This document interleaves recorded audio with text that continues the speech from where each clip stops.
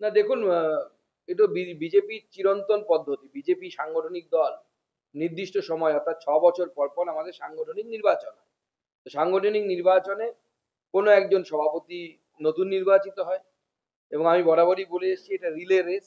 Baton একজনের হাত থেকে আরেকজনের হাতে যায়, তারপরে আরেকজনের হাতে যাবে, এনার পরে আবার আরেকজনের হাতে যাবে। কারণ বিজেপিতে কোনো পদ চিরস্থায়ী পদ হয় না, সভাপতির পদ তো অবশ্যই নয়, সেটা চিরস্থায়ী পদ নয়।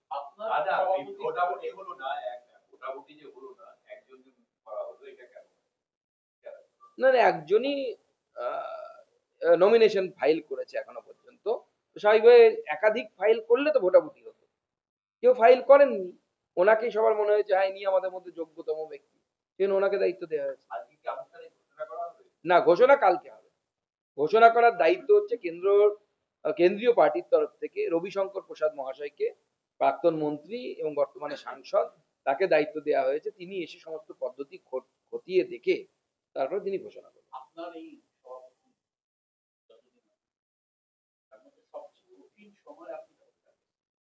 দেখুন, রাজনীতিতে সহজ সময় বলে কিছু হয় না, সবসময়ই কঠিন হয়।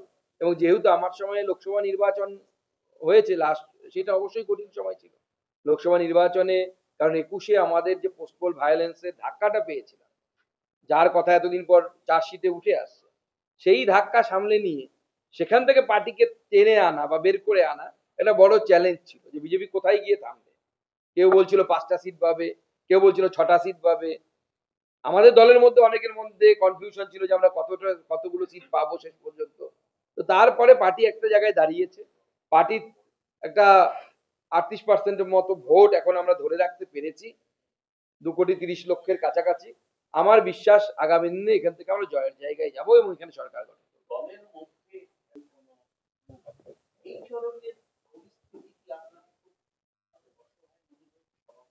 না, আমার সেটা মনে হয়নি। তার কারণ হচ্ছে এটা বিজেপিতে বহুদিন থেকে, বিজেপি যখন 6% ভোট ছিল তখনও রাজ্য সভাপতি কে হবে এই নিয়ে বিজেপি কার্যালয়ের সামনে মারামারি আমরা পশ্চিমবঙ্গে দেখেছি। অস্বাভাবিক কিছু নয়। এমনকি হরিপদ ভারতীর মতো ব্যক্তির বিরুদ্ধেও নাকি পোস্টার করেছে যারা পুরনো বিজেপির লোক আছে তারা বলেন। তো বিজেপির কর্মীরা একটু আবেগ প্রবণ, তো সেই আবেগ নিয়ে অনেক কিছু করে। কারণ এরকম আবেগপ্রবণ কর্মী অন্য রাজনৈতিক দলে পাওয়া যায় না।